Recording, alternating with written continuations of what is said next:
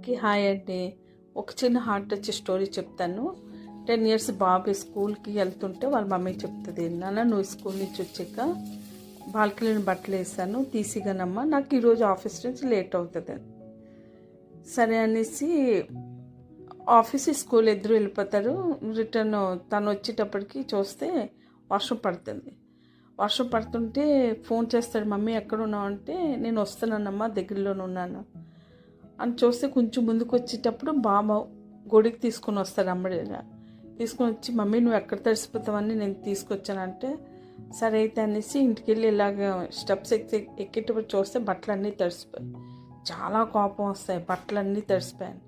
మళ్ళీ ఆలోచిస్తుంది, అసలు బట్టలు తడిసిపోయి కాదు మా అమ్మ ఎక్కడ తడిసిపోతుందని. అటు ఆ ఫీల్ అవి బాధపడి బేబీకి వచ్చి గుడి తెచ్చిచ్చి మమ్మీని తీసుకొని వస్తాడు. సో దీనివల్ల అనిపిస్తుంది, నా కాదు నా కొడుకు ఏం చేసినా మంచి చేశానని హక్ చేసుకుంటుంది.